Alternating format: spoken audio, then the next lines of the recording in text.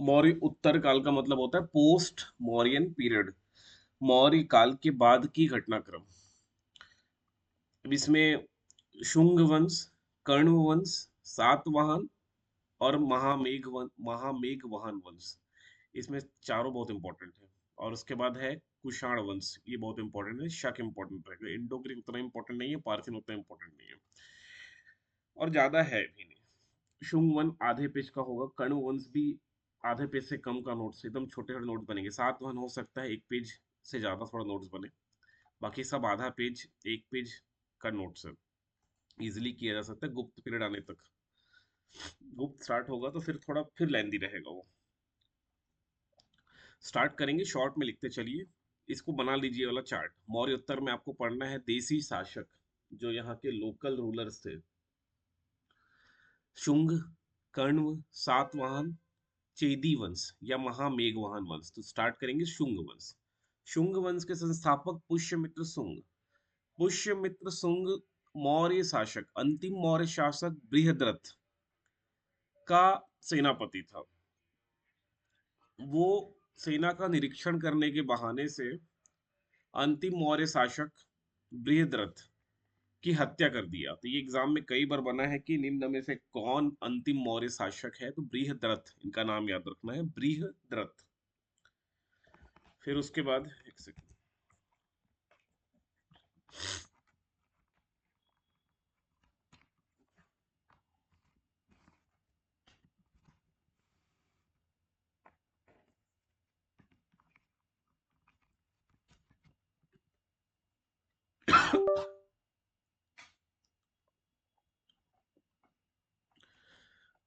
पुष्यमित्र सुंग। अभी तक जितने हम लोग शासक देखे, चाहे मौर्य रहे, मौर्य स्पेशली मौर्य की अगर बात करें, तो वो किसी एक स्पेशल धर्मों को लेके कोई कट्टरता शो नहीं करे हैं। लेकिन शुंग वंश के शासक पुष्यमित्र शुंग जो है, एक ब्राह्मण शासक थे। और ऐसा बोला गया जाता है, ऐसा पढ़ोगे यहाँ कहीं पर लिखा होगा कि इन्होंने ऐसी घोषणा कर दी थी कि कोई भी व्यक्ति अगर किसी बौद्ध भिक्षुक, मॉन्क, बौद्ध मॉन्क का सिर लेके आएगा तो उसे मैं सोने के सिक्के दूंगा। मतलब ये बौद्ध धर्म से घृणा करते थे, नफरत करते थे, और ये डायरेक्ट व्यापक में प्रश्न बना है, तो इस चीज को थोड़ा समझे रहना। ये ब्राह्मण शासक थे, तो ये बौद्ध धर्म से घृणा करते थे।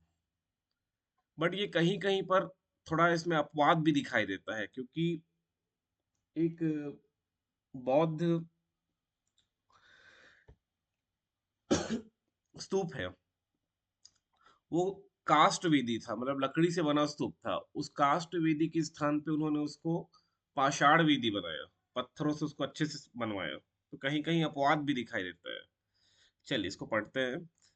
बट व्यापम में एक प्रश्न बना है कि कौन बौद्ध धर्म को पसंद नहीं करते थे, तो पुष्यमित्र सुंग।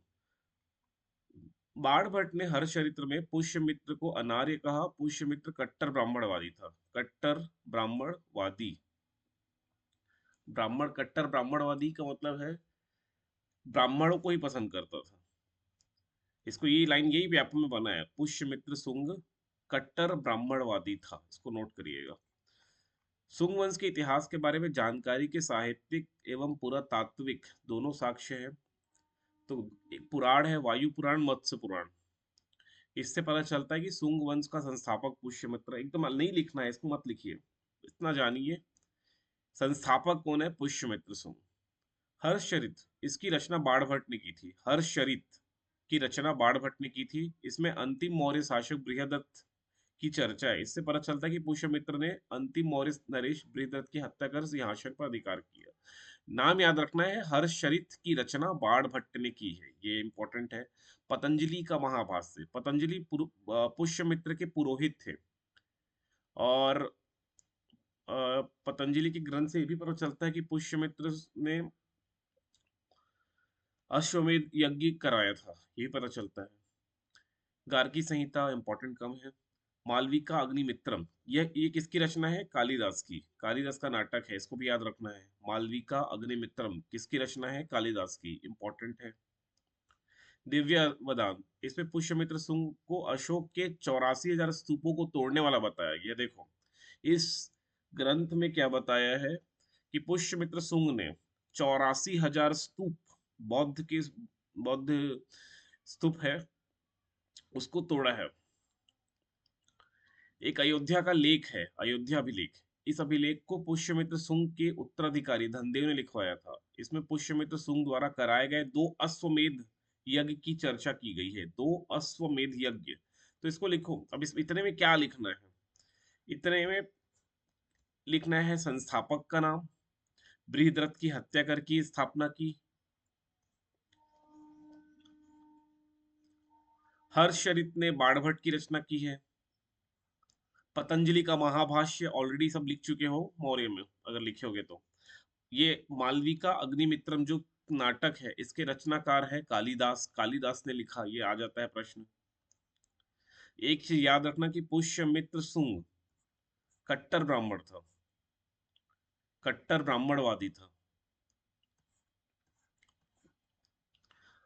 अयोध्या अभिलेख भी पुष्यमित्र सुंग से संबंधित है। इसमें 2 अश्वमेध यज्ञ की चर्चा की गई है, जिसे पुष्यमित्र सिंह ने करवाया था। एक बेस नगर का भी लेख है, ये पीएससी में पूछा गया है, ये वाला बेस नगर का भी लेख। यह यवन राजदूत हेलियोडोरस का है, जो गरुड़ स्तंभ पर खुदा है। इससे भागवत धर्म की लोकप्रियता का पता चलता है। भरहूत का लेख, ये भी सुंगकालीन है।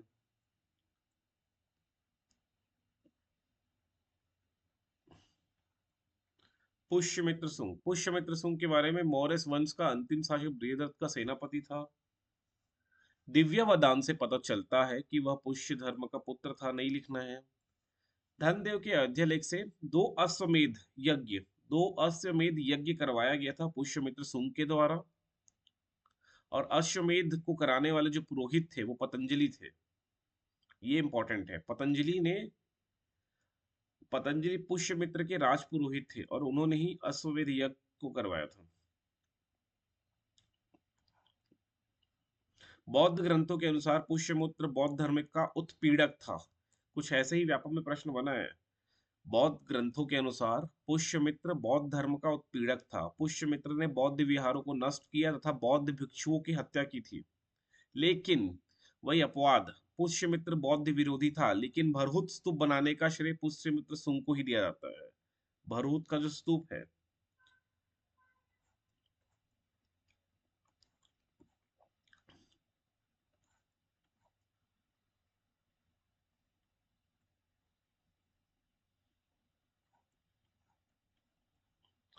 बरार विजय या विदर्भ विजय। विदर्भ का शासक यज्ञसेन था। ठीक है, यही मालविका अग्निमित्रम वाला आने वाला मालविका अग्निमित्रम, थोड़ा समझिएगा इसको। विदर्भ या बरार की विजय। विदर्भ का शासक, कहानी जैसे समझिएगा बहुत आसानी से समझ में आ जाएगा। विदर्भ का शासक यज्ञसेन था। वह मौर्यों की तरफ से विदर्भ के शासक पर नियुक्त हुआ था, परंतु मगध साम्राज्य की दुर्बलता का लाभ उठाकर उसने स्वयं को विदर्भ का स्वतंत्र शासक घोषित कर दिया। यज्ञसेन को शुंगों का स्वाभाविक स्वाभाविक शत्रु बताया गया है। पुष्यमित्र के आदेश से अग्निमित्र ने उस पर आक्रमण किया। अग्निमित्र पुष्यमित्र का बेटा था। अग्निमित्र जो है वो पुष्यमित्र का बेटा या उत्तराधिकारी। अब अग्निमित्र जो है यज्ञसेन पर आक्रमण करने जाएगा। कालिदास के प्रसिद्ध नाटक मालविका और अग्निमित्र, मालविका और अग्निमित्र दो अब कैरेक्टर हैं। मालविका जो है यज्ञसेन की चचेरी बहन है, और अग्निमित्र जो है वो पुष्यमित्र का बेटा है। अब इनके प्रेम की कथा है ये, एक्चुअली मालविका अग्निमित्र है। ये कालिदास का प्रसिद्ध नाटक है मालविका अग्निमित्र में। एक स्टोरी जैसा हो गया, एक मूवी का टाइप का हो गया। अग्निमित्र गया है यज्ञसेन को युद्ध में हराने। वहीं मालविका, उसकी जो चचेरी बहन है मालविका से उसको प्रेम हो जाता है। तो इस कहानी में या इस नाटक में इनका प्रेम के साथ साथ विदर्भ विजय का वृत्तांत लिखा गया है इस नाटक में। थोड़ा इसको कनेक्ट करे रहिएगा। मालविका और अग्निमित्र। मालविका किसकी चचेरी बहन थी? यज्ञसेन। अग्निमित्रम किसका बेटा था? तो यही पुष्यमित्र सुंग का। तो उस पे बेस्ड है एक नाटक मालविका अग्निमित्रम, जिसके नाटककार है कालिदास। इतना याद रखना है। अब अगर एक दो लाइन में अगर इसको लिखना है तो कैसे लिखोगे? विदर्भ की विजय, ब्रैकेट में लिखिए विदर्भ का शासक जो है यज्ञसेन वर्सेस यज्ञसेन वर्सेस अग्निमित्र। अग्निमित्र वहीं एक लाइन में लिखिए मालविका अग्निमित्रम। मालविका अग्निमित्रम। अब ये एक्चुअली लव स्टोरी लिख सकते हो आप लोग। मालविका चचेरी बहन, ये पुत्र था। चाहो शॉर्ट में लिख सकते हो, याद भी रहेगा, ऐसा नहीं कि याद नहीं रहेगा, ये याद रहेगा। फिर है खारवेल से युद्ध। मौर्य वंश का के अंतिम दिनों में कलिंग देश भी स्वतंत्र हो गया। देखो पहले क्या थे, मौर्य बहुत स्ट्रांग थे अशोक के कार्यकाल तक। अशोक के कार्यकाल तक देखोगे समूचे भारत में उनका शासन चल रहा था। कलिंग भी पूर्वी राज्य था मौर्य का। और हम लोग देखे थे मौर्य के ऐसे शासक थे पूर्व में,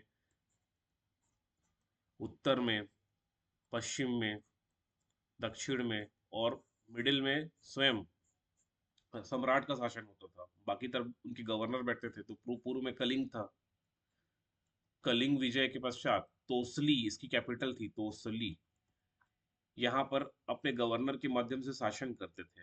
लेकिन मौर्य जैसे वीक हुए तो उनके जो साम्राज्य है धीरे धीरे जो एक्सपेंशन किए थे वो स्वतंत्र होने लगे। अभी फिर से स्वतंत्र हो गए। तो इसमें लिखा है खारवेल से युद्ध हुआ। उस समय कलिंग नरेश के शासक थे खारवेल। तो खारवेल में आपको एक चीज याद रखना है। खारवेल का एक ना अभिलेख है, हाथी गुम्फा अभिलेख। ये बहुत पूछा गया एग्जाम में। खारवेल जो है कलिंग नरेश है, लिखिएगा एक लाइन लिखिए, कलिंग नरेश। कलिंग के राजा, कलिंग कलिंग के राजा खारवेल का अभिलेख है हाथी गुम्फा अभिलेख।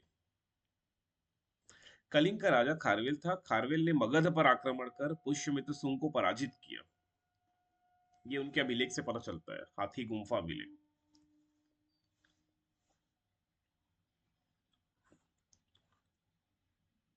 एक लाइन लिख लीजिए,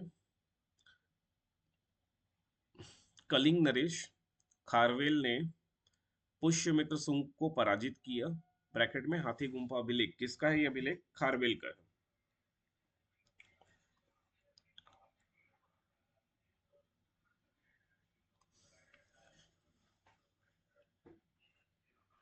इसको नहीं लिखो तो भी चलेगा, एग्जाम में नहीं आएगा। डेमेट्रियस नामक यवन राजा पुष्यमित्र का समकालीन था। बहुत सारे यवन राजा थे, उसमें एक डेमेट्रियस है। पुष्यमित्र की मृत्यु के बाद उसका पुत्र अग्निमित्र साम्राज्य का उत्तराधिकारी हुआ। उसमें ये तो उत्तराधिकारी पता ही है, पुष्यमित्र का बेटा अग्निमित्र है, वही उत्तराधिकारी होगा, अलग से लिखने की आवश्यकता नहीं है।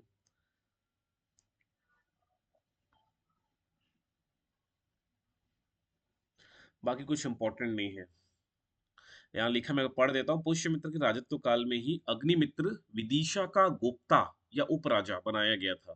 कालिदास द्वारा रचित मालविका अग्निमित्रम नाटक में अग्निमित्र और मालविका की प्रेम कथा का वर्णन किया गया है। अग्निमित्र के बाद पुराणों में क्रमशः अग्निमित्र के बाद जो राजा बने वसु ज्येष्ठ, उसके बाद वसुमित्र राजा बने, उसके बाद आंध्रक बने, फिर पुलिंदक, घोष, वज्रमित्र, भागवत, देवभूति नामक राजाओं का वर्णन मिलता है। भागवत या भागभद्र, ये जो राजा है भागवत, उनको भागभद्र भी कहा जाता है, ने भागवत धर्म ग्रहण किया था, भागवत धर्म ग्रहण किया तथा विदिशा बेस नगर में गरुण स्तंभ की स्थापना कर भगवान विष्णु की पूजा की। तो चाहो तो एक लाइन लिख लो। देखो अगर मैं इन शॉर्ट में पूरे शुंग सम्राट शुंग साम्राज्य या शुंग वंश की बात करूं तो ये एक लाइन में आप लिख ही रहिएगा कि ये वैष्णव धर्म या भागवत धर्म से संबंधित है। ब्राह्मण, कट्टर ब्राह्मणवादी है। बौद्ध धर्म से, बौद्ध धर्म को ये पसंद नहीं करते थे।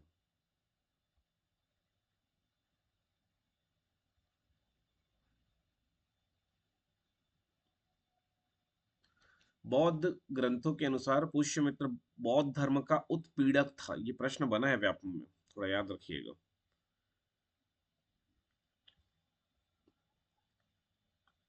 बाकी भागवत या भागभद्र ने भागवत धर्म ग्रहण किया तथा इनका एक गरुड़ स्तंभ है, इसको भी याद रखना। गरुड़ स्तंभ की स्थापना की इस भागभद्र ने।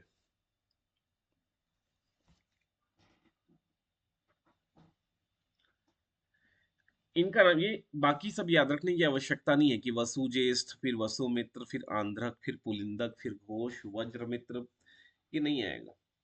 देवभूति इस वंश का अंतिम शासक था, ये याद रखना है। शुंग वंश का अंतिम शासक देवभूति, इनको याद रखना है। अब जिस प्रकार सुंग वंश की स्थापना के लिए पुष्यमित्र सुंग ने अपने ही राजा राजा का नाम था बृहद्रथ की हत्या की, उसी प्रकार शुंग वंश के अंतिम शासक जो थे देवभूति, इनकी हत्या इनके मंत्री वसुदेव ने कर दी। वसुदेव ने राजा की हत्या कर दी और एक नए वंश की स्थापना की जिसको बोलते हैं कण्व वंश। कण्व वंश।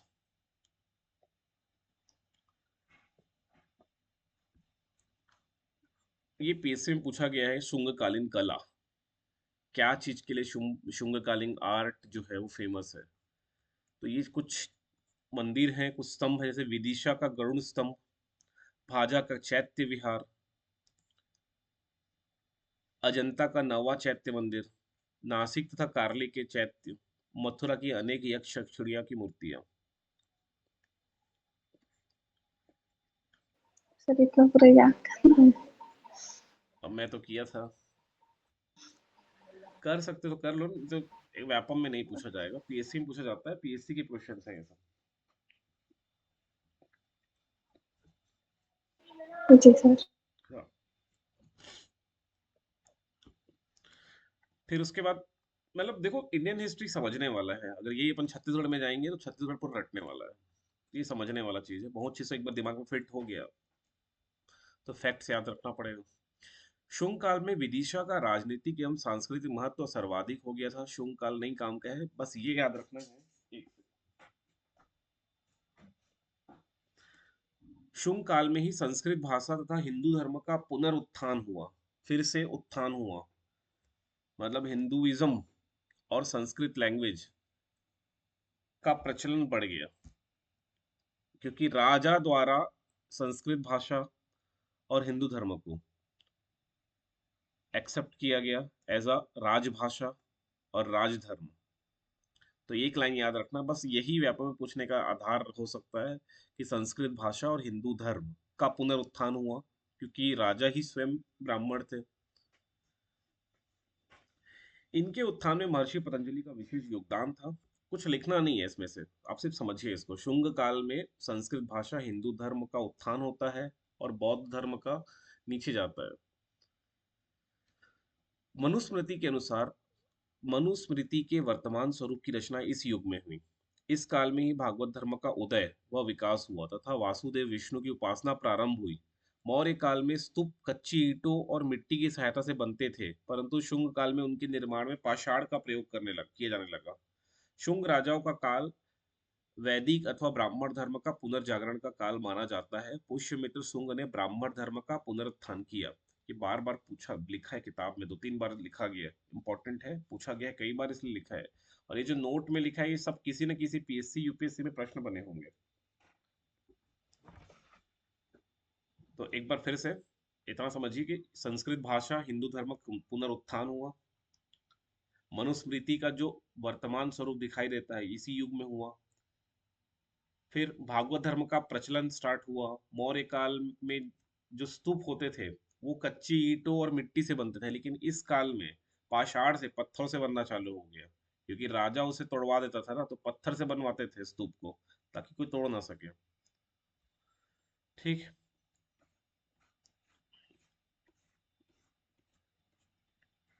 फिर है कर्णवंश, एक लाइन का है, ज्यादा इसमें कुछ है नहीं। कण्व वंश के संस्थापक वसुदेव थे। तो वसुदेव ने अंतिम शुंग शासक देवभूति की हत्या करके, ऐसे चाहो तो एक लाइन में लिख सकते हो इसको।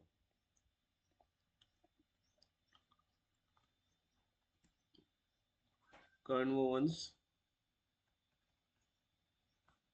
इसमें चार राजा आते हैं, चार राजा का नाम है अगर देखोगे तो। एक वसुदेव है, भूमिमित्र, नारायण, सुशर्मन। वसुदेव, भूमिमित्र, नारायण, सुशर्मन, बस इतना ही नाम याद रख लो। वसुदेव, भूमिमित्र, वसुदेव, भूमिमित्र, उसके बाद जो शासक अगले हुए भूमिमित्र, भूमिमित्र, सुशर्मन, नारायण और सुशर्मन, नारायण और सुशर्मन, सुशर्मन, सुशर्मन। अब यही एक लाइन लिख लीजिएगा कि देवभूति की हत्या कर वसुदेव ने, यही यही लिखिए, वसुदेव ने शुंग सम्राट, शुंग सम्राट वसुदेव की हत्या की। और ये खुद उसका मंत्री परिषद का सदस्य था ना। वसुदेव भी ब्राह्मण वंश का था।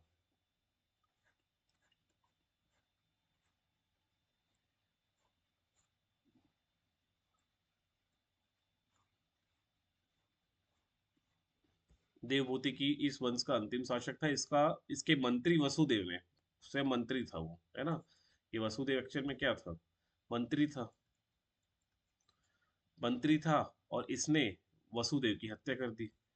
फिर भूमिमित्र शासक बनेंगे, फिर इनके बाद नारायण बनेंगे, इनके बाद सुशर्मन बनेंगे। अब इसकी हत्या, इसकी हत्या भी कोई कर देगा।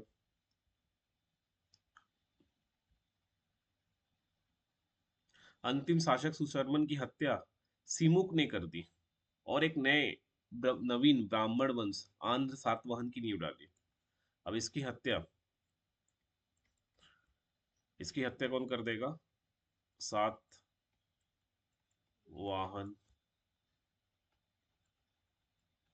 शासक सिमुक करेगा। ऐसा कॉपी में इसको लिखे रहो, किताब को दो बार पढ़ो, एक बार मैं पढ़ा दे रहा हूँ, एक बार आप स्वयं पढ़ो।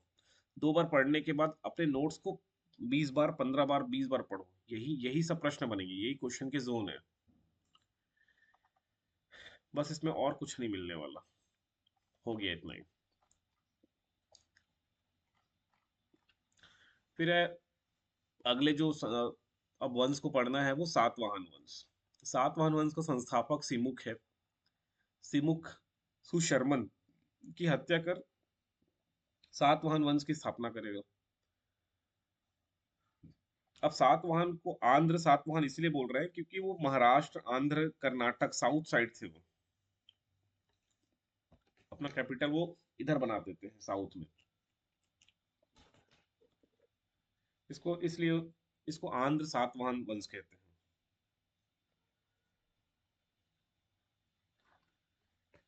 इनकी राजधानी प्रतिष्ठान या पैठान, एक एक लाइन में लिखिए।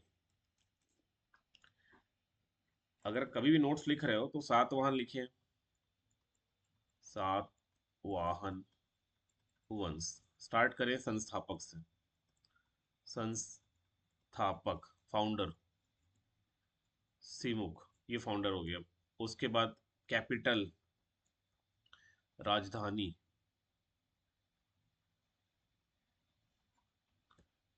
प्रतिष्ठान,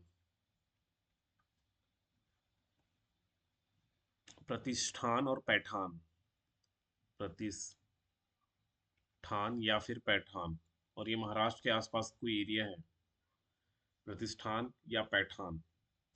इनका अगर लोकेशन देखोगे तो आंध्र प्रदेश, महाराष्ट्र, कर्नाटक के आसपास। और ये प्रतिष्ठान या पैठान महाराष्ट्र के आसपास है का कोई रीजन होगा। इनकी भाषा प्राकृत थी, इसको भी नोट करिए। भाषा प्राकृत, भाषा प्राकृत। लिपि, लिपि देखोगे तो है ब्राह्मी।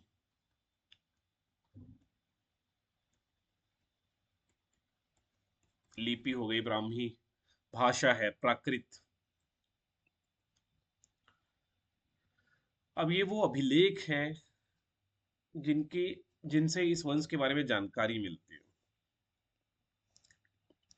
तो इसको याद करना है ना, जिसको याद करना पड़ेगा। रानी नागनिका का नानाघाट अभिलेख है। रानी नागनिका का नानाघाट अभिलेख।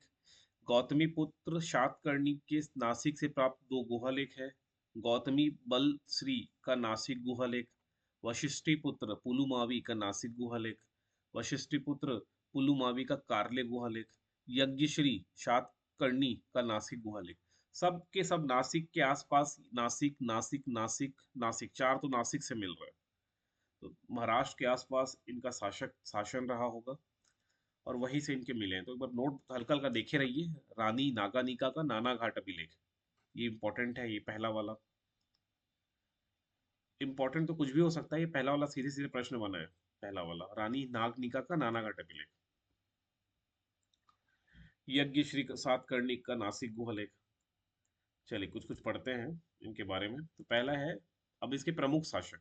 सिमुक के बारे में ज्यादा कुछ नहीं लिखा है किताब में, तो जो इम्पोर्टेंट है तो पहला है प्रमुख शासक में। तो प्रथम प्रमुख शासक में शातकर्णी प्रथम, ये लिखिएगा कॉपी में।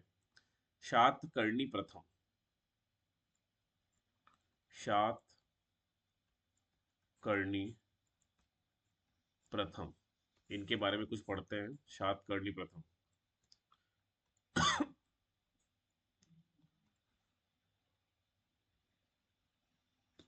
अब पहला यशस्वी शासक लिखने की आवश्यकता नहीं है।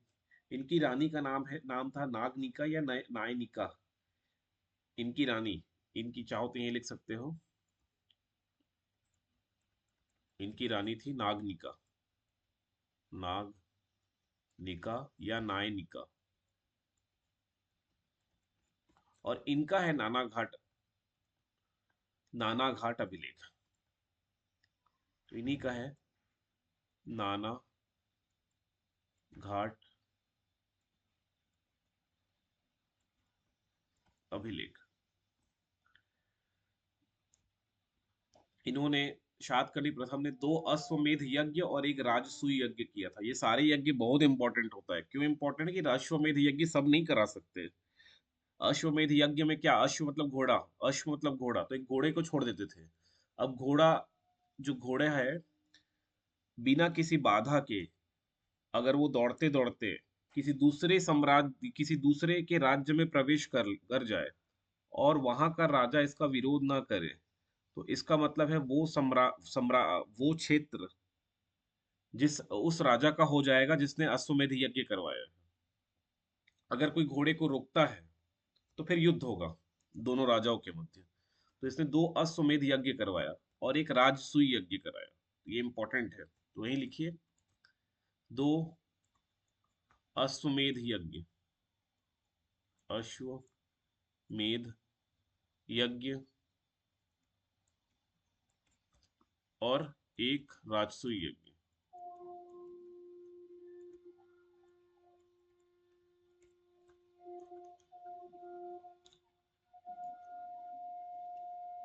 इनकी ना उपाधि में दक्षिणा पथपति, ये एग्जाम में आया है। तो अप्रतिहत चक्र, ये दोनों उपाधि को भी लिख लो। उपाधि भी, अब तो सब राजा के बहुत उपाधि मिलेंगे अब। उपाधि मतलब टाइटल, उपाधि लिख लीजिए। दक्षिणा पथपति, दक्षिणा पथपति और अप्रतिहत चक्र,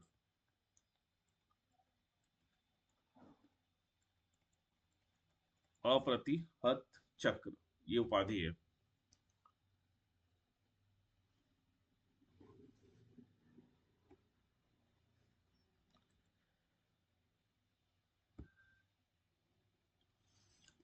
ये उतना इंपॉर्टेंट नहीं है। शातकर्णी प्रथम ने मालव शैली में गोल मुद्राएं तथा अपनी पत्नी के नाम पर रजत मुद्राएं उत्कीर्ण करवाई। ये इंपॉर्टेंट नहीं है। उसके सिक्कों पर श्री सात का उल्लेख था। ये भी इंपॉर्टेंट नहीं है। अब उसके बाद ना सातकर्णी प्रथम के बाद जो शासक हुए होंगे वो उतने महत्वपूर्ण नहीं है, या तो इनके बारे में जानकारी नहीं मिलता। सातकर्णी प्रथम के बाद अंधकार युग आ गया समझो, एक प्रकार का, जैसे कलचुरी काल में आया था कि शासकों की जानकारी मिलती नहीं है, उसी प्रकार से यहाँ पर भी जो शासक हुए, राजा हुए, उनके बारे में कुछ जानकारी नहीं मिलती। अंधकार युग चल रहा था। तो इसी अंधकार युग में एक शासक हुए जिनका नाम है हाल। हाल। एक बार ना मैं किसी एग्जाम गया था रेलवे वगैरह कहीं देने, तो उसमें एक क्वेश्चन आया था, गथा सप्तसती, गथा, गाथा सप्तशती, ये किसने लिखा है, ये किसकी रचना है? तो ये हाल की रचना है, ये एग्जाम में मेरे आया था, गाथा सप्तशती। तो इसको नोट कर लीजिएगा। हाल लिखिएगा, हाल एक बड़ा कवि एवं कवियों और विद्वानों का आश्रयदाता, मतलब इसके दरबार में बहुत सारे कवि और विद्वान लोग बैठते थे। इनकी रचना है गाथा सप्तशती, एक लिख ले रहा हूं, गाथा सप्तशती।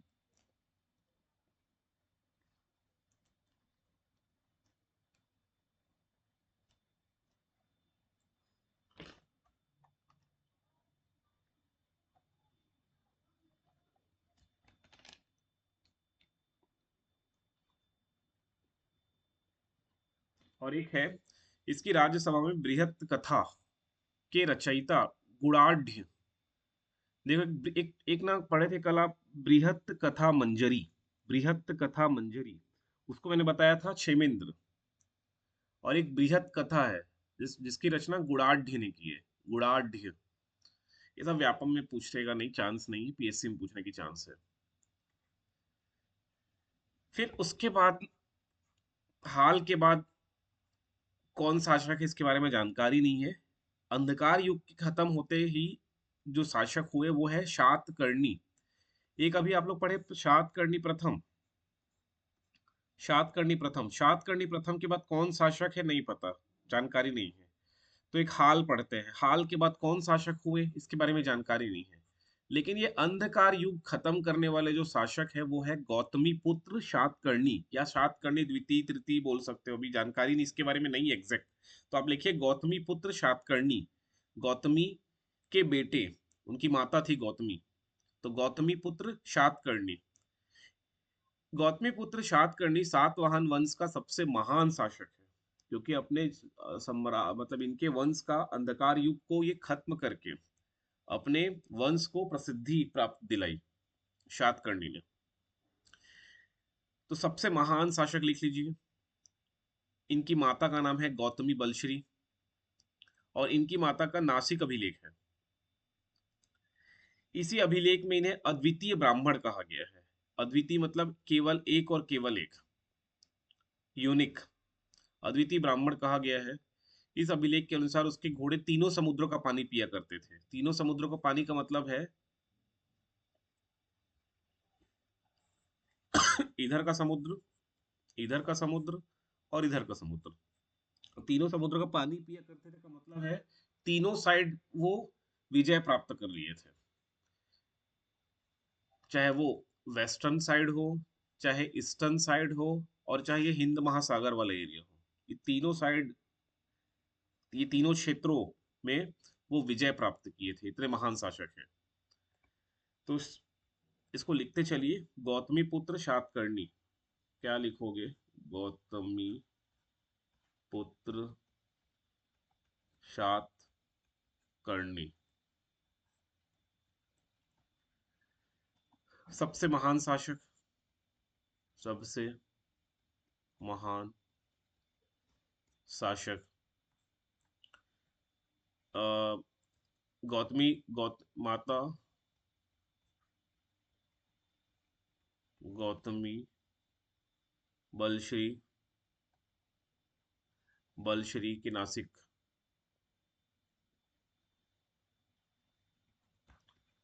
के नासिक अभिलेख,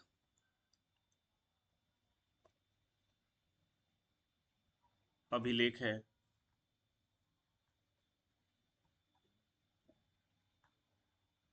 इनको अद्वितीय ब्राह्मण कहा गया। ये लिखिए। फिर लिखिए, इनके घोड़े तीनों समुद्र का पानी पिया करते थे। तो ये एक मुहावरा जैसा है ना, तीनों समुद्र का पानी पीते थे का मतलब ये नहीं कि घोड़ा तीन समुद्र का पानी पी रहा है, वो तीनों जगह, तीनों क्षेत्र, चाहे वो ईस्टर्न इंडिया हो, चाहे वेस्टर्न इंडिया हो, चाहे साउथ इंडिया हो, तीनों साइड में उनकी प्रसिद्धि थी। तीनों साइड में विजय अभियान के माध्यम से वो अपनी प्रसिद्धि लिखवाए थे। इसका मतलब ये है।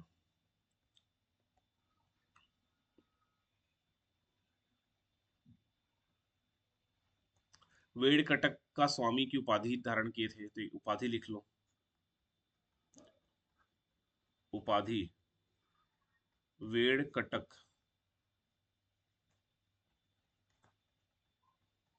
का स्वामी। वेड़कटक, साउथ में कोई जगह होगा वेड़कटक, उसको जीते होंगे, तो वेड़कटक का स्वामी की उपाधि धारण की। गौतमी पुत्र सातकर्णी ने वेड़कटक स्वामी की उपाधि धारण की तथा वेड़कटक नामक नगर की स्थापना की। इसके अलावा उसने राजा राज तथा विंध्य नरेश की उपाधि धारण की। ये सब उपाधि को लिखे रहो, उपाधि से सीधे क्वेश्चन बनता है। वेड़कटक का स्वामी, उसके बाद है राजा राज, राजा राज, उसके बाद है विंध्य नरेश, विंध्य नरेश, विंध्य नरेश, ऐसे लिखते चलिए। विंध्य नरेश, विंध्य नरेश की उपाधि।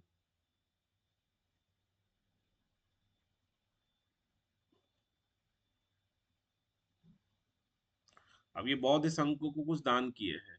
अज कालकीय तथा कार्ले के भिक्षु संघ को करजक, ये ना पीएससी में पूछा गया है, ये पीएससी में कहीं देखा हूं मैं, घटना चक्र में कहीं देखा हूँ अज कालकीय के बारे में। तो ये बौद्ध संघ को अज कालकीय ग्राम दान में करता है, ये व्यापम में नहीं आने का चांस कम है।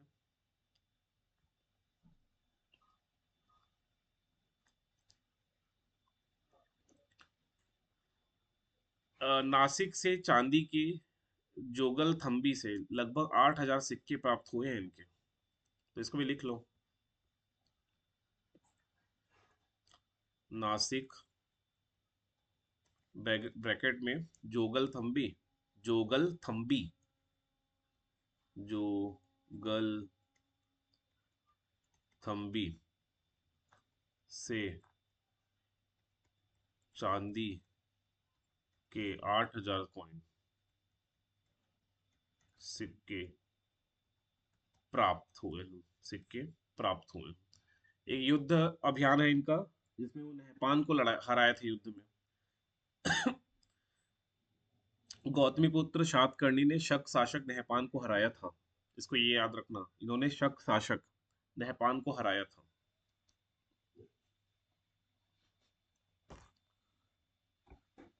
इतना लिखिए, इंपॉर्टेंट है, राजा इंपॉर्टेंट है, इसलिए बहुत कुछ इसके बारे में लिखना पड़ा, इतना कुछ। हालांकि अगर आप लिखोगे तो दो तीन लाइन में आ जाएगा, तीन लाइन, तीन चार लाइन में।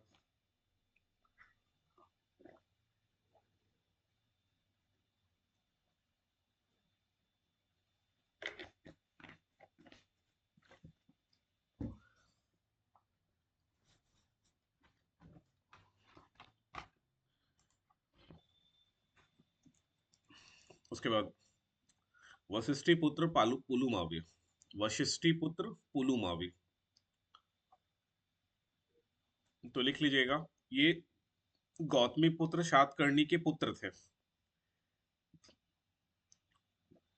और इनकी एक उपलब्धि है, इनकी एक विशेष उपलब्धि है कि आंध्र प्रदेश को भी जीत लिए, और उसके बाद प्रथम आंध्र सम्राट कहलाए ये इंपॉर्टेंट है। एग्जाम में आया है, निम्न में से कौन प्रथम आंध्र सम्राट है, ये प्रश्न बना हुआ है, निम्न में से कौन प्रथम आंध्र सम्राट है। तो वशिष्ठिपुत्र पुलुमावी। अभी तक के इसके पूर्व जो भी शासक हुए वो आंध्र सम्राट नहीं कहलाए, लेकिन इन्होंने आंध्र प्रदेश को जीत लिया, और उसके बाद ये आंध्र सम्राट कहलाए। तो ये दूसरा पॉइंट लिखिए। पहला, ये किसके पुत्र हैं? गौतमी शातकर्णी के पुत्र हैं ये, पुलुमावी। अब सातवाहन के जो शासक है ना, वो अपने आगे अपनी माता का नाम लिखते हैं। जितने सातवाहन शासक है अपने आगे अपनी माता का नाम लिखे हैं। शातकर्णी के पुत्र का नाम है पुलुमावी। पुलुमावी प्रथम आंध्र सम्राट कहलाए।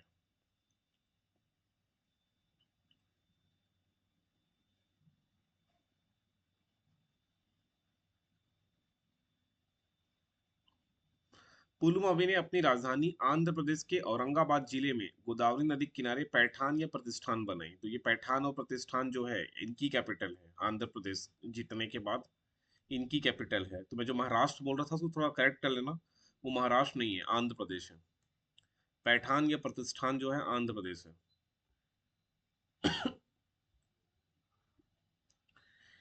इस उसने शक शासक रुद्रदमन को 2 बार पराजित किया। रुद्रदमन को 2 बार पराजित किया, लिखिए ये भी इंपॉर्टेंट है। जैसे इसके पिताजी है वो शक शासक नहपान को हराए थे, शक शासक नहपान को। और ये जो है पुलुमावी जो है वो शक शासक रुद्रदमन को 2 बार पराजित किया।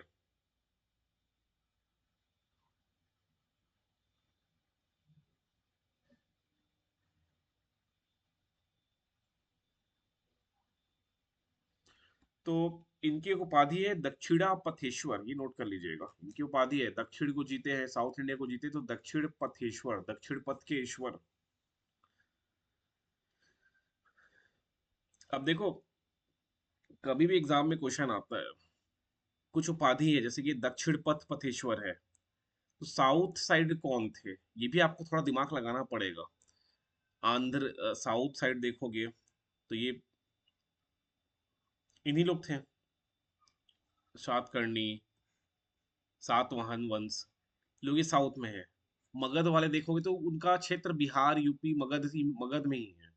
तो उनकी उपाधि कभी भी ऐसे दक्षिण पथा पथेश्वर इस तरह की उपाधि नहीं है उनकी। जैसे इन्होंने एक उपाधि धारण की है, चलो इनके में तो ऐसा कुछ नहीं है।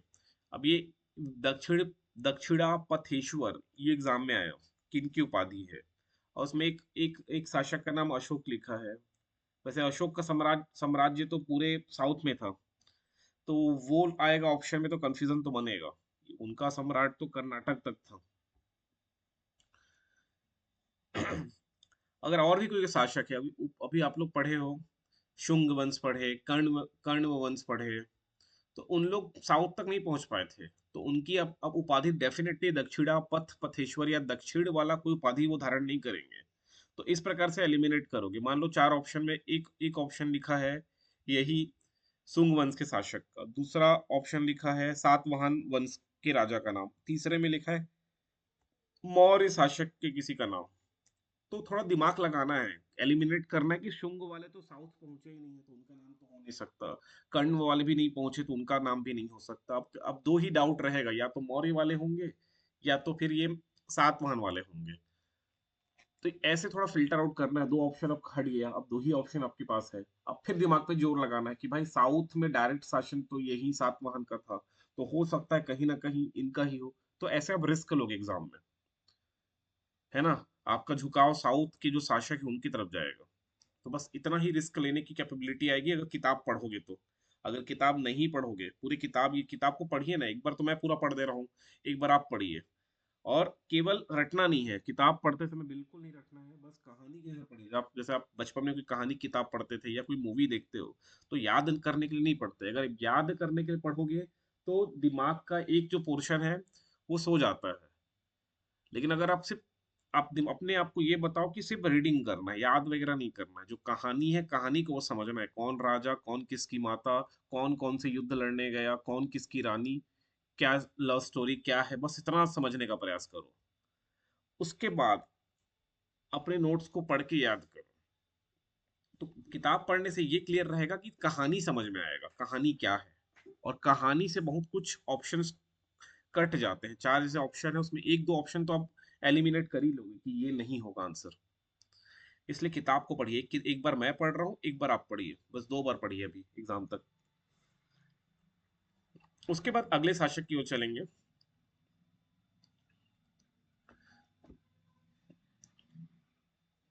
पुलुमावी के बाद, अब पुलुमावी, अभी आप लोग पढ़े वशिष्ठी पुत्र पुलुमावी, तो अपने नाम से ही एक पुलोमा, पुलोमा पुलुमावी, पुलोमा पुलुमावी एक उपाधि है उनका, पुलोमा।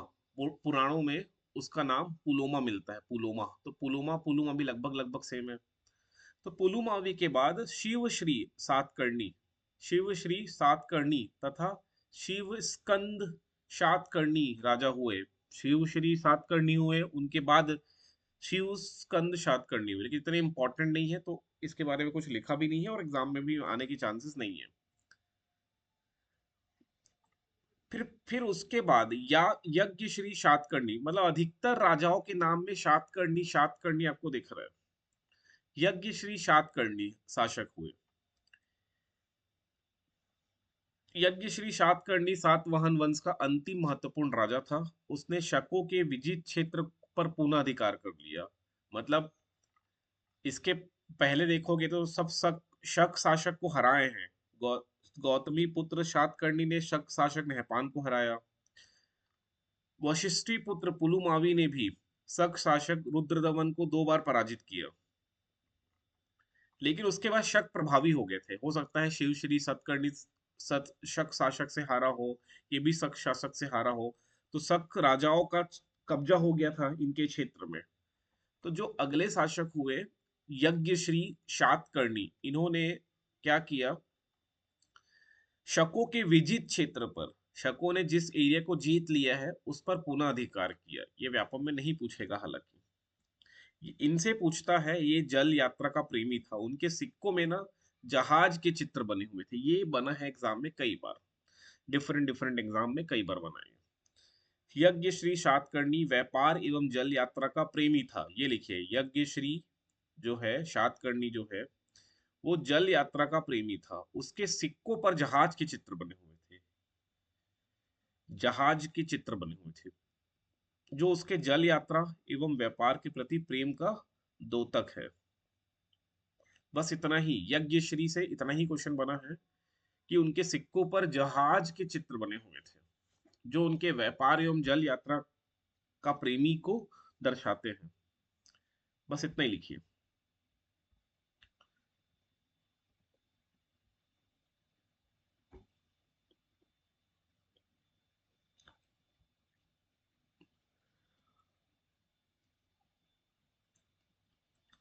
अगर सातवाहन का क्षेत्र सीधे सीधे पूछा गया एक शब्द में, तो सातवाहन का जो साम्राज्य था वो दक्कन के क्षेत्र में था।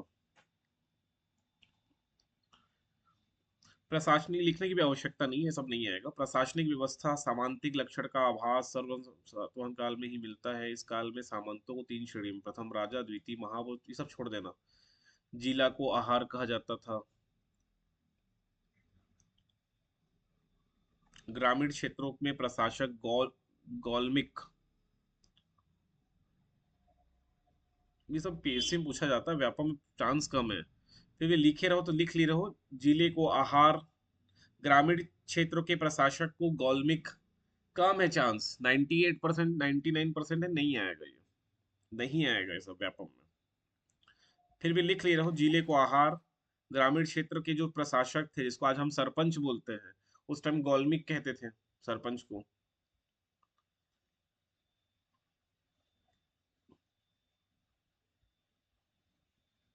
ये सब कुछ नहीं बनने वाला। हाँ ये इंपॉर्टेंट है। सातवाहन ने ही सर्वप्रथम सीसे की मुद्रा चलाई थी। सीसे का मतलब है लेड कॉइन, लेड, लेड से बना कॉइन, ये इंपॉर्टेंट है। ये इंपॉर्टेंट है कि किसने सर्वप्रथम लेड की, पहले गोल्ड का सिल्वर का ये सब कॉइन चलता था, इन लोग भी चलाते थे। सातवाहन काल में व्यापार व्यवसाय में चांदी एवं तांबे के सिक्के का प्रयोग होता था, जिसे कारषाणपण, ये भी लिख लेना। चांदी और तांबे के सिक्के को कारषाणपण कहते थे, कारषाणपण, कारषाणपण, ये भी लिखेगा। और इन्होंने सर्वप्रथम लेड कॉइन चलाई, ये इंपॉर्टेंट है। चांदी और तांबे के सिक्के को कारषाणपण, ये लिखिए, आ सकता है एग्जाम में। लेड वाला तो बहुत बार पूछा है कि किसने लेड कॉइन इशू किए, तो सातवाहन। सर्वप्रथम इनके द्वारा लेड कॉइन इशू किया गया। सीसा मतलब कांच नहीं, कांच का कॉइन नहीं है। सोने की मुद्रा को सुवर्ण कहा जाता था, ये तो कर ही लोगे, सोने की मुद्रा को सुवर्ण नहीं कहते हैं।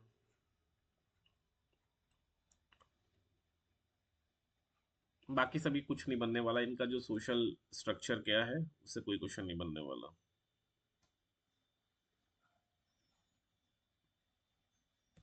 इस काल में महिलाओं की दशा अच्छी थी, ये प्रश्न बन सकता है। इस काल में महिलाओं की दशा अच्छी थी, ये नोट कर लेना।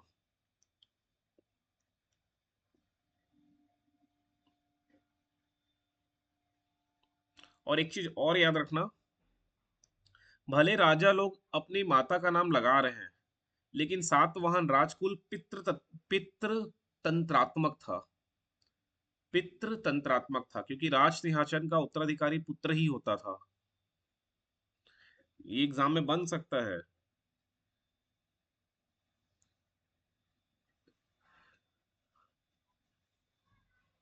कि ऐसा लगता है कि अब राजा लोग अपनी माता का नाम अपने आगे लगा रहे हैं, अपने सर, अपने नाम के आगे अपनी माता का नाम लिख रहे हैं। फिर भी ये पितृ तंत्रात्मक ही था क्योंकि राजा का बेटा ही राजा बनता है, पुत्री राजा नहीं बन रहा, पुत्री उत्तराधिकारी नहीं बन रहे हैं। जो राजा का उत्तराधिकार, उत्तराधिकारी कौन होता था? पुत्र ही होता था। ये घुमाने के लिए प्रश्न बन सकता है। ठीक है, इसलिए लिखा है राजाओं के नाम मातृ प्रधान थे, किंतु सारतः सातवाहन राजकुल पितृ तंत्रात्मक था। महिलाओं की दशा अच्छी थी, ये भी लिखिएगा।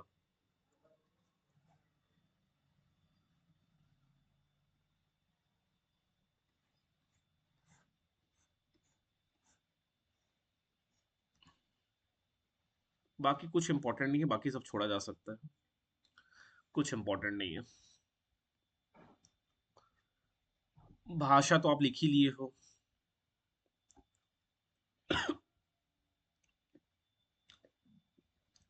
फिर अगला वंश है, अगले वंश की तरफ चलेंगे, जो है चेदी वंश या महामेघवाहन वंश। तो ये कलिंग का है ना, कलिंग के चेदी वंश से संबंधित जानकारी का प्रमुख स्रोत जो है, ये वही मैं खारवेल, जो शासक खारवेल है ना, राजा खारवेल, इस वंश के महान शासक थे खारवेल। और इनका ही अभिलेख है हाथी गुम्फा अभिलेख। एग्जाम में और कुछ पूछे ना पूछे, एक ही चीज पूछेगा, एक ही चीज, कि हाथी गुम्फा अभिलेख किसका है। हाथी गुम्फा अभिलेख किसका है? तो ये खारवेल का है। हाथी गुम्फा अभिलेख किसका है? खारवेल का है। खारवेल कौन से वंश से संबंधित थे? तो चेदी वंश या महामेघवाहन वंश। खारवेल कौन से वंश से थे? महामेघवाहन वंश या चेदी वंश। और ये कहाँ के थे? तो कलिंग के थे। और ये किसको हराएंगे? सुंग शासक। आप लोग देख पढ़े थे इसके पहले, है ना, पुष्यमित्र सुंग को ये युद्ध में हराते हैं।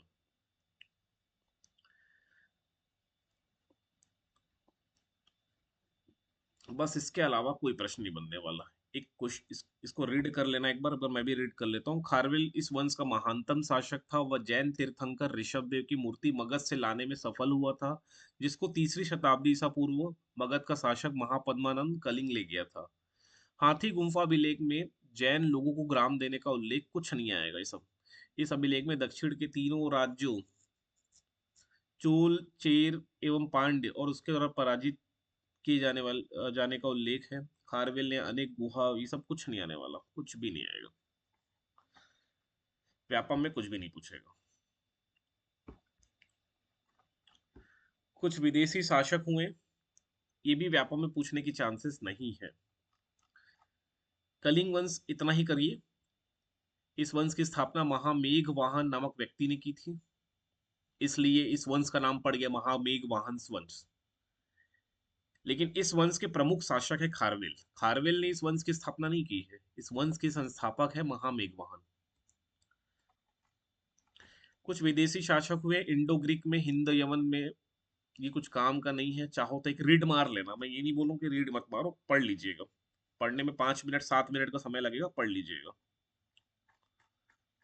कुछ काम का है नहीं, व्यापम में कम चांस है पूछने की। मिनांडर के बारे में पूछा जा सकता है। इसमें ना एक बौद्ध साहित्य है मिलिंद पन्हो। मिनांडर को बौद्ध साहित्य में मिलिंद कहा गया है, वह बौद्ध अनुयायी था। बौद्ध ग्रंथ मिलिंद पन्हो में बौद्ध भिक्षु नागसेन व मिनांडर के बीच, ये जो मिनांडर है ना, ये यूनानी शासक था, हिंद यूनानी शासक।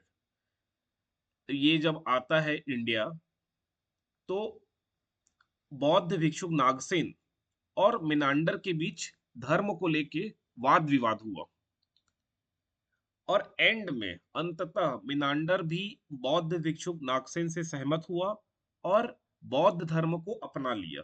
यही इस ग्रंथ में लिखा है, और यही से एक दो क्वेश्चन बने हुए हैं। मिनांडर, ठीक है, तो एक बार कहानी में बता दिया हूँ, एक बार और पढ़िएगा और शॉर्ट में लिख लीजिएगा। इनकी राजधानी साकल थी, ये भी पीएससी में बना है। मिनांडर सबसे प्रसिद्ध हिंद यूनानी शासक हुआ, इसको लिख लेना मिनांडर के बारे में। मिनांडर को बौद्ध साहित्य में मिलिंद कहा गया है, तो किताब है मिलिंद पन्हो।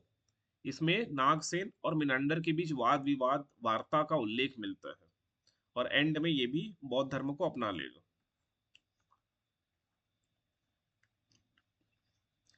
अब यूनानी से जो ग्रीक राजा है, इनसे भारत को क्या मिला? तो राजा का दैवी सिद्धांत, राजा जो है वो खुद स्वयं भगवान होते हैं, ये मिला। सांचों से सिक्के निर्माण की विधि, सांचा मतलब होता है, सांचा का मतलब होता है एक ऐसा स्ट्रक्चर जैसा है, अगर कॉइन बनाना है तो इसको पहले ओपन करेंगे, इसको ओपन करेंगे तो ऐसे खुल जाएगा। अब इसमें मॉल्टेन मेटल को भरेंगे, पिघला हुआ मेटल को, और उसके बाद ये ऊपर वाले हिस्से से दबा देते हैं, तब कॉइन बन जाता है, उसको सांचा बोलते हैं। तो सांचों से सिक्के निर्माण की विधि। मुद्रा पर राजा ये मेंस में पीएससी में सब आता है, प्रीलिम्स वगैरह में। एक बार पढ़ लेना फिर भी, यूनानी से भारत को क्या क्या मिला। फिर शक, ये इंपॉर्टेंट है, शक के बारे में पढ़ना है अपने को।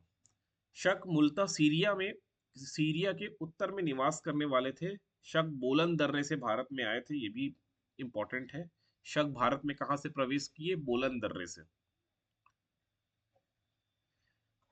ठीक है, तो शक 5 शाखाओं में विभक्त थे। अफगानिस्तान में थे, पंजाब में थे जिसकी राजधानी तक्षशिला, पाकिस्तान मतलब समझो, मथुरा में, पश्चिमी भारत में, ऊपरी दक्कन में।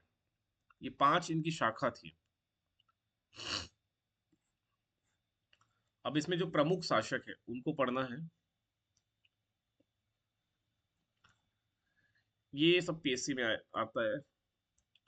तक्षशिला के शासकों में मेगा या माउस, मोगा मोगा या माउस प्रमुख था, उसे प्रथम शक शासक माना जाता है। ये उतना इंपॉर्टेंट नहीं है। नहपान इंपॉर्टेंट है। महाराष्ट्र के पश्चिमी क्षेत्र के शक शासकों में शक शहरात वंश का नहपान सबसे प्रसिद्ध था। सातवाहन शासक गौतमी पुत्र सातकर्णी से वह पराजित हुआ था। मतलब सातकर्णी जीता था युद्ध में, नहपान वर्सेस वर्सेस सातकर्णी, तो सातकर्णी जीता था। फिर रुद्रदमन प्रथम, ये भी इंपॉर्टेंट है, इनका अभिलेख भी इंपॉर्टेंट है, गिरनार से इनका अभिलेख मिला है, वो इंपॉर्टेंट है। एक एक लाइन, दो दो लाइन, इससे ज्यादा नहीं लिखना है। एक लाइन, दो लाइन, इससे ज्यादा लिखना ही नहीं है। इतना इसमें 3 4 लाइन लिख दिया, पूरा पूरा नहीं लिखना है। एक नहपान के बारे में जानना है, युद्ध में हारा था सातकर्णी प्रथम से, ऑलरेडी लिख चुके हो तो अलग से लिखने की आवश्यकता नहीं है। रुद्रदमन प्रथम, इनका गिरनार अभिलेख इंपॉर्टेंट है। भारत में शकों का सर्वाधिक प्रसिद्ध राजा रुद्रदमन प्रथम हुआ। उसके राज्य अधिकार में सिंध, कोंकण, ये सब कुछ नहीं लिखना है। रुद्रदमन ने सुदर्शन सुदर्शन झील का जीर्णोद्धार कराया। अब ये इंपॉर्टेंट है कि किसने किसने सुदर्शन झील के जीर्णोद्धार कराया। मगर मौर्य काल में चंद्रगुप्त मौर्य के समय उनके सेनापति, उनके एक उत्तराधिकारी पुष्यगुप्त थे। पुष्यगुप्त, उत्तराधिकारी नहीं, सेनापति या कुछ रहे होंगे। तो उन्होंने सुदर्शन झील का निर्माण करवाया था, कल बताया था। अब सुदर्शन झील का जीर्णोद्धार, रेनोवेशन किनके द्वारा कराया गया? तो रुद्रदमन के द्वारा कराया गया।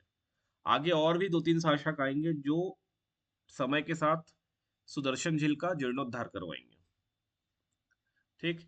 तो सुदर्शन झील का जीर्णोद्धार, रुद्र दमन का भी नाम याद रखना, प्रथम का। इस झील का निर्माण मौर्य काल में पुष्यगुप्त के द्वारा कराया गया था। रुद्र दमन जो है ना, संस्कृत का बड़ा प्रेमी था। तो उनका एक अभिलेख है, रुद्र दमन का जूनागढ़ अभिलेख। ये इसको गिरनार अभिलेख भी बोलते हैं। ये विशुद्ध संस्कृत भाषा में लिखा गया है। रुद्र दमन का संस्कृत का बड़ा प्रेमी, ये भी एक बार एग्जाम में बना है। रुद्र दमन का एक जो अभिलेख है, जूनागढ़ अभिलेख, गिरनार अभिलेख बोलते हैं, जूनागढ़ अभिलेख बोलते हैं। जैसे मैंने हाथी गुम्फा अभिलेख बताया ना, उतना ही इंपॉर्टेंट ये भी है, जूनागढ़ अभिलेख या गिरनार अभिलेख। लेकिन दोनों का लोकेशन जस्ट अपोजिट में है। एक बार मैं किसी टेस्ट सीरीज में मैं क्वेश्चन अटेम्प्ट कर रहा था, तो उसमें आया था कि जो हाथी गुम्फा है वो कलिंग के आसपास, तो कलिंग इधर उड़ीसा पूर्व ईस्टर्न साइड में है, और यहाँ पर है कलिंग, और यहाँ से हाथी गुम्फा भी लेक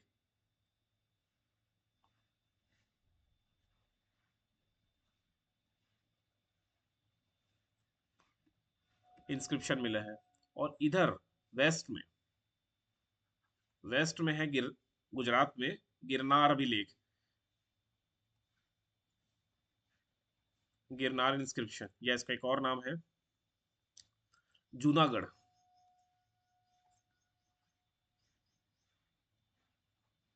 जूनागढ़ इंस्क्रिप्शन। ये दोनों मेरे एग्जाम में, किसी टेस्ट सीरीज या किसी एग्जाम में आया था कि दोनों का लोकेशन जस्ट अपोजिट, एक वेस्ट में है और एक ईस्ट में है, और दोनों बहुत इंपॉर्टेंट रखते हैं। इसका, इस अभिलेख को किसने बनाया था या किस राजा के कार्यकाल में बना था, उसका नाम याद रखना है। ये अभिलेख किस राजा के कार्यकाल में बना था, ये याद रखना है। रुद्ररमन संस्कृत का बड़ा प्रेमी था, और ये जो अभिलेख है जूनागढ़ अभिलेख, ये विशुद्ध संस्कृत भाषा में लिखा गया।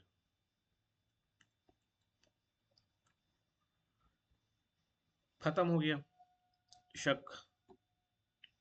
फिर पहला वंश या पार्थियन साम्राज्य। इसमें कुछ खास तो मेरे को दिख नहीं रहा है।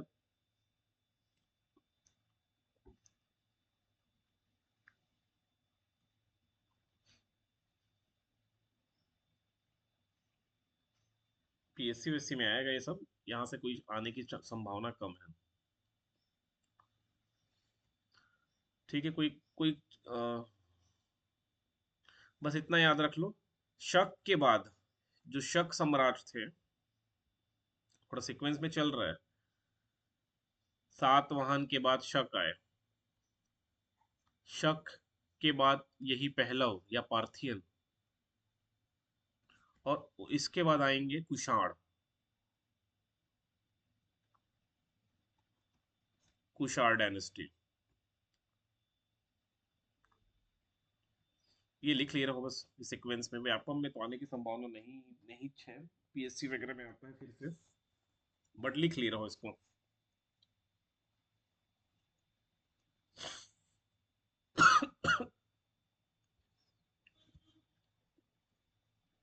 एक सेकेंड। तो हाँ, लिखना है तो एक चीज, एक लाइन लिखना है, तो पहला वंश का सर्वाधिक शक्तिशाली शासक गोंडो फर्मीज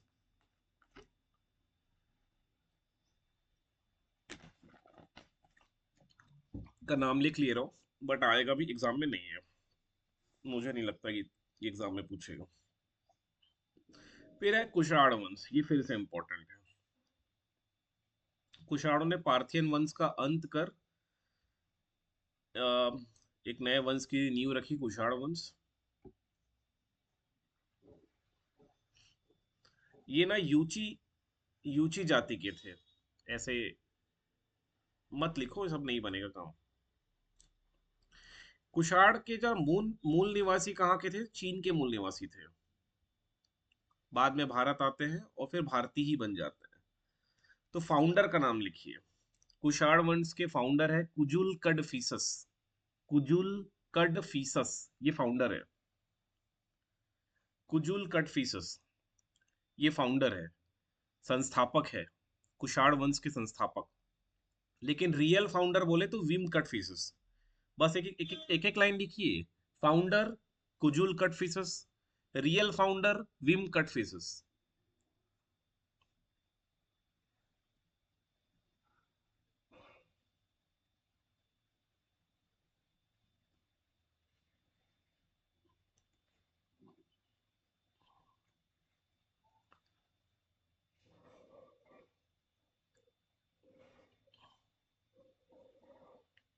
बाकी छोड़ देना।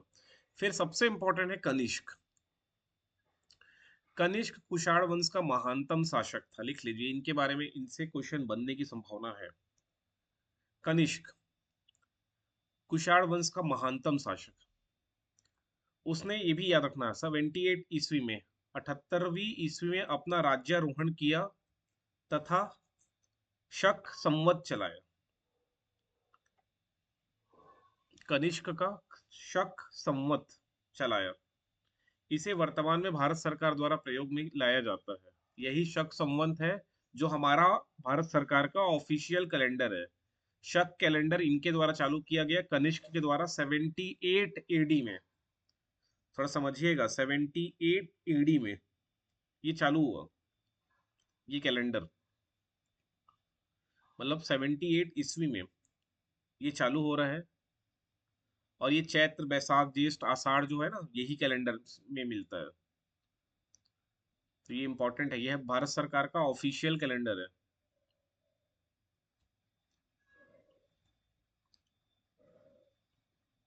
और कैलेंडर तो बहुत सारे, आप एक गुप्त, अभी गुप्त सम्राट आएगा चंद्रगुप्त मौर्य, उनका भी एक कैलेंडर रहेगा। मतलब कैलेंडर तो बहुत सारे राजाओं द्वारा इशू किया गया है। तो एक जो हम ग्रेगेरियन कैलेंडर को पढ़ते हैं, ग्रेगेरियन कैलेंडर, वो जीसस क्राइस्ट के बर्थ के साथ स्टार्ट होता है, वो जीरो कहलाता है। उसके एक साल बाद 1 एडी, उसके 2 साल बाद 2 एडी, या दूसरा ईस्वी बोलेंगे। 3 साल बाद 3 एडी, ऐसे लिखना चालू करेंगे। 2026 साल बाद, 2026 साल बाद 2026 एडी, जो अभी चल रहा है वर्तमान में, ये चल रहा है 2026 एडी चल रहा है। लेकिन यहीं कहीं बीच में जब 78वां एडी चल रहा था, तब शक कैलेंडर चालू हुआ। शक संवत ये चालू हुआ, शक कैलेंडर। और ये 78 ईस्वी जो है वो कौन सा है? ये ग्रेगेरियन कैलेंडर के अनुसार 78 ईस्वी है। लेकिन ये 78 ईस्वी, ध्यान से समझना, 78 ईस्वी के कौन से कैलेंडर के है? ग्रेगेरियन के अनुसार है, ग्रेगेरियन संवत के अनुसार। तो इस दिन, ये जो 78वां साल है ना, वो पहला साल होगा, या जीरो होगा, जीरो होगा। किस कैलेंडर के लिए? शक कैलेंडर के लिए, शक संवत में। फिर 78 के बाद जब 79 ईस्वी होगा, तब वो पहला साल रहेगा। समझ में आया? तो 2026 में 78 माइनस कर दोगे, तो वो ईयर चल रहा है शक कैलेंडर के अनुसार। इसलिए अगर आप लोग हिंदू कैलेंडर देखते हो, जो घर में हमारे कैलेंडर टंगे रहता है, उस कैलेंडर में दो तीन चीज लिखा है, कि विक्रम संवत लिखे रहता है, एक शक संवत लिखे रहता है। तो विक्रम संवत के अनुसार कौन सा साल चल रहा है, शक संवत के साथ कौन सा साल चल रहा है, उस कैलेंडर में लिखे रहता है। वो सब इंपॉर्टेंट नहीं है, छोड़ देना।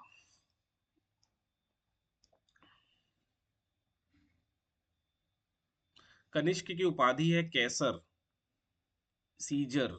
ये दो उपाधि है उनकी, ये कैसर या फिर सीजर, उपाधि लिख लीजिएगा।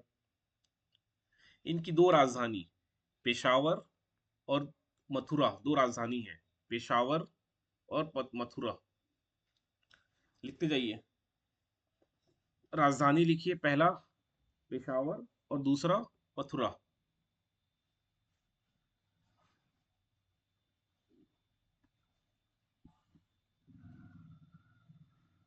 कनिष्क जो है बौद्ध धर्म का प्रबल समर्थक था, लिख लीजिएगा।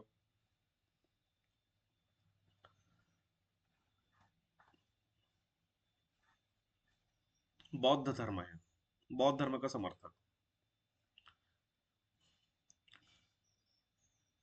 अब ये सब ना बनने के चांसेस कम है। इसके दरबार में अश्वघोष, वसुमित्र, नागार्जुन जैसे विद्वान और चरक जैसे चिकित्सक विद्यमान थे। चरक संहिता इनकी रचना है, चरक की, जो मेडिसिन या चिकित्सा से संबंधित किताब है, चरक संहिता। इसको भी लिख ही ले रहा हूँ। अश्वघोष, वसुमित्र, नागार्जुन ये सब बौद्ध विद्वान हैं। और चरक जो है एक चिकित्सक थे। इनकी किताब है चरक संहिता। कनिष्क कला और संस्कृति का महान संरक्षक था। इसके समय में ना मूर्ति कला की गंधार एवं मथुरा शैली का जन्म हुआ। गंधार शैली और मथुरा शैली ये एग्जाम में आया हुआ है। गांधार शैली एवं मथुरा शैली।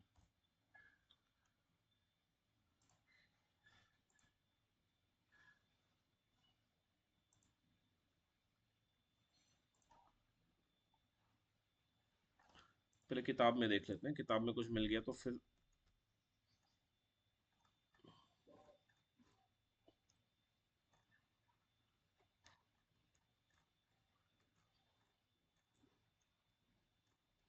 यहाँ लिखा है देखो, गंधार और कला, गंधार कला और मथुरा कला के बारे में लिखा है। अपन आगे पढ़ेंगे, पहले इसको पढ़ लेते हैं, फिर नीचे कला वाले में कर लेंगे इसको भी। कनिष्क, गंधार और इनकी जो शैली है इसको पढ़ेंगे ना, इंपॉर्टेंट है क्योंकि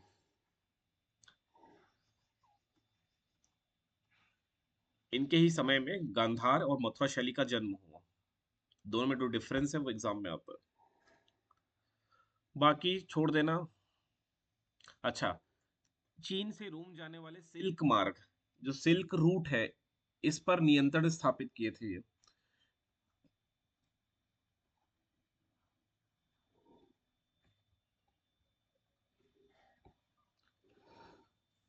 हाँ, ये इंपॉर्टेंट है। कनिष्क को द्वितीय अशोक कहा जाता है।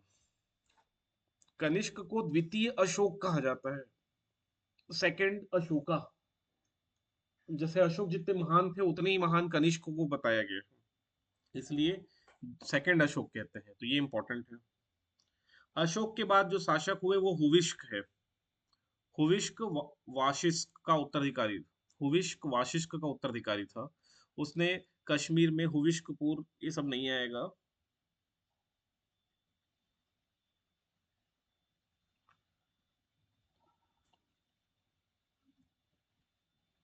कनिष्क कुल का अंतिम सम्राट वासुदेव था।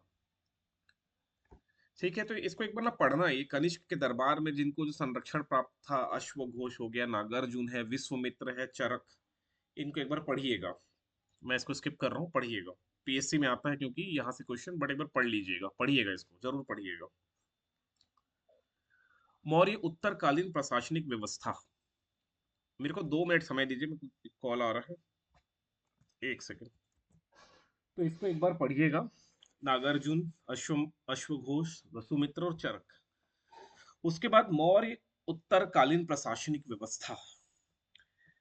अब इसमें इस काल में अधिकतर छोटे छोटे राज्य थे। क्यों, इसके पीछे एक कारण भी है, हालांकि बताने की आवश्यकता नहीं है एग्जाम के लिए। मौर्य सम्राट था, उनका समूचे भारत में, पूरे भारत में शासन था। लेकिन जैसे ही ये वीक पड़े, कमजोर हुए, तो अब पूरे भारत में इनका शासन है, लेकिन ये डायरेक्ट रूल इनका था मगध के आसपास, पाटलिपुत्र के आसपास। लेकिन भारत भारत तो बहुत बड़ा है, तो दूर दूर दूरस्थ दूरस्थ में जितने दूरस्थ एरिया है, इन पे इनका डायरेक्ट रूल नहीं था, इनडायरेक्ट रूल था। Indirect rule. तो इनडायरेक्ट रूल में ये गवर्नर के माध्यम से शासन करते थे, और जनरली गवर्नर इनके क्लोज रिलेटिव ही होते थे। भाई के बेटे का बेटा या बेटी के बेटा, ऐसा कुछ एकदम क्लोज रिलेटिव होते थे। लेकिन ओवर पीरियड ऑफ टाइम, समय के साथ अगले शासक हुए, फिर उनके अगले शासक हुए, ये गवर्नर चेंज होते जाते थे। लेकिन जैसे ही ये केंद्रीय सरकार कमजोर हुई, तो ये दूरस्थ, जितने दूर के जिनका शासन रहा होगा, दूर क्षेत्र में, दूरस्थ क्षेत्र में जिनका शासन रहा होगा, वो अपने आप को स्वतंत्र घोषित कर दी और छोटे छोटे नए राजाओं का उदय हुआ। तो इसलिए लिखा है मौर्य उत्तर काल, पोस्ट मौर्यन पीरियड में, इस काल में अधिकतर छोटे छोटे राज्य थे और यही छोटे छोटे राज्य आपस में युद्ध लड़ेंगे। युद्ध लड़ने के बाद एक बड़े शासक का जन्म होगा, आगे फिर से जन्म होगा, गुप्त पीरियड आएगा, उसमें फिर से एक बड़े शासक का जन्म होगा। यही छोटे छोटे जो राज्य है ना, इसका लड़ाई इससे हुआ, मान लो ये जीत गया, अब इसका कब्जा इस पे हो गया, अब इसका शासन ये पूरे एरिया पे है। अब मान लो ये मगध पे, मगध को, कोई मगध में जिसका शासक है उसको हरा दिया, तो इसका एरिया पूरे में हो गया। तो ऐसे करते करते एक नए शासक, नए बड़े वंश का उदय होता है। सब छोड़ दिया, कोई मतलब नहीं पढ़ने का व्यापम में। ये सब कुछ पढ़ने की एक रीडिंग लगाइए, रीडिंग पूरा लगाइए, बट पढ़ने की आवश्यकता नहीं है।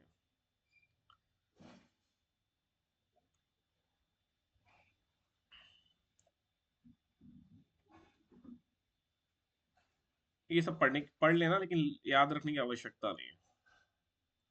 उस समय सोने के सिक्के को निष्क स्वर्ण कहा जाता था, चांदी के सिक्के को शतमान कहा गया है, तांबे के सिक्कों को काकड़ी कहा गया है। ये हो सकता है एग्जाम में बन जाए।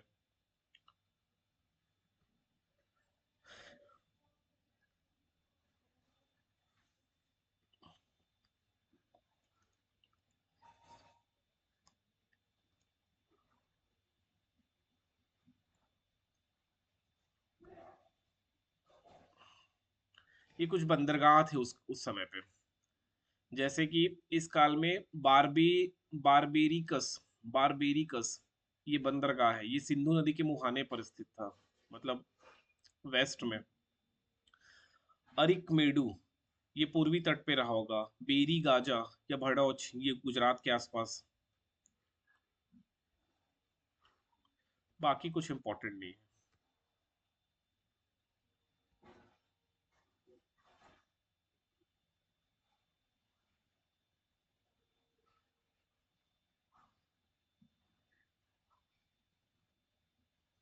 कोई इंपॉर्टेंट नहीं, पढ़ना है तो पढ़ लेना, एक रीडिंग ले लिए ना, इंपॉर्टेंट नहीं है। लेकिन सोशल स्ट्रक्चर इनका क्या था, सोशल सिस्टम। रीडिंग करिएगा, कुछ खास नहीं है एग्जाम के लिए।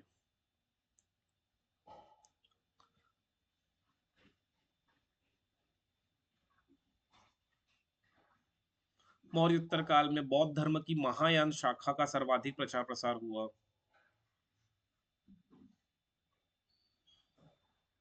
संभवतः भारत में सबसे पहले बुद्ध की मूर्तियों की पूजा की गई, जो महायान शाखा है। हीनयान शाखा मूर्ति को नहीं मानते, महायान शाखा मूर्ति को मानते हैं, ऐसा कुछ कुछ है।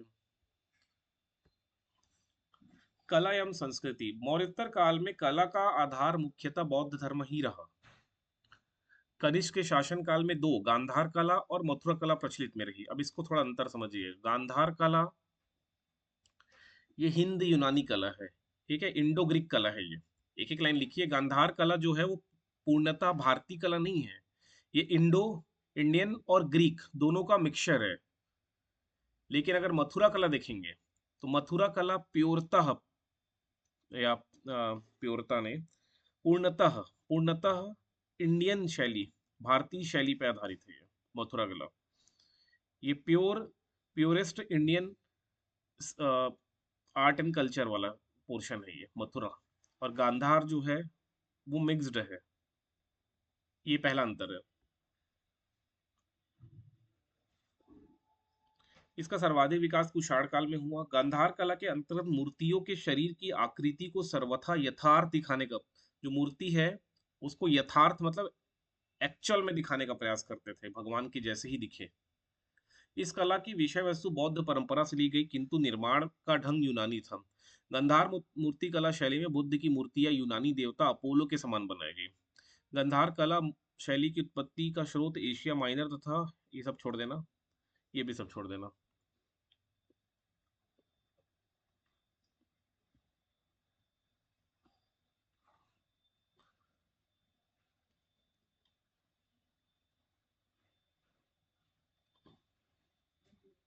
मथुरा काल में ना लाल बलुआ पत्थर का प्रयोग हुआ है।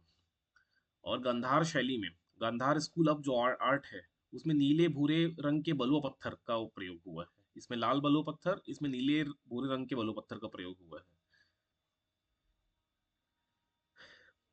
गांधार शैली जो है ग्रीक रोमन से प्रभाव था, मथुरा भारतीय स्वदेशी है। इसको नोट कर लो, यहाँ अच्छे से लिख दिया है इसमें की डिफरेंसेस जो है। पूरा तो नहीं आएगा, थोड़ा बहुत नोट कर ली रहो।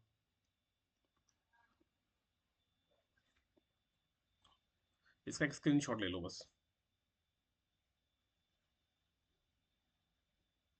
मेंस वगैरह में लिखने के लिए आता है।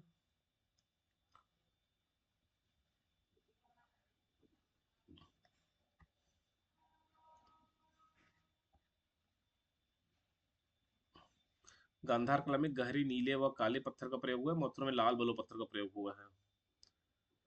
मथुरा कला के संरक्षक कुषाण थे, गांधार कला के संरक्षक शक और कुषाण दोनों थे। मौर्य उत्तरकालीन साहित्य, मौर्य पोस्ट मौर्यन पीरियड में कौन कौन से लिटरेचर, इस काल में साहित्य रचना में संस्कृत भाषा का प्रचलन अधिक था। पतंजलि ने महाभाष्य की रचना की, इंपॉर्टेंट है। जो उनके पूर्ववर्ती व्याकरणाचार्य पाणिनि की रचना अष्टाध्यायी का की टीका है। जो ये पतंजलि की महाभाष्य है, ये अष्टाध्यायी की टीका है।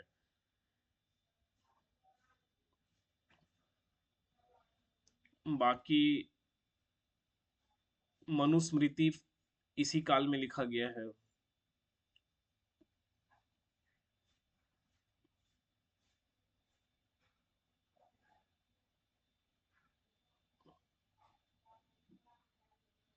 ये पूरा याद कर लो इसको, जैसे गथा सप्तसती हाल के है, पतंजलि ने महाभाष्य लिखा है, चरक ने चरक संहिता, भरत मुनि ने नाट्य शास्त्र, सब इंपॉर्टेंट है। नागसेन ने मिलिंद हो, वात्सायन की रचना है कामसूत्र, अश्वघोष, सौंदरानंद, बुद्ध चरित, ये पीएससी वगैरह में पूछा गया है। भास का स्वप्न वासव दत्ता भी है, ये भी पूछा गया किसी एग्जाम में।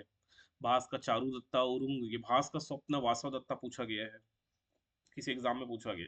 तो याद करिए, ये रचनाकार है, किताब के लेखक, और ये किताब है उनकी। तो ये हमारा हो गया,